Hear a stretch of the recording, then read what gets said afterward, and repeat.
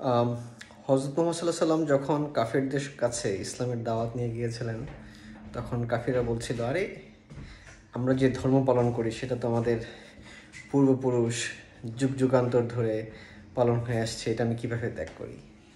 কিন্তু যখন কোনো কিছুর আপডেট হয়, সেটাকে যুক্তিসঙ্গত হলে গ্রহণ করে নিতে হয়। এখানে ইতিহাস, ঐতিহ্য বা যুগ যুগ ধরে করে আসছেন বলে আবারও করতে হবে এমন কোনো কথা নাই।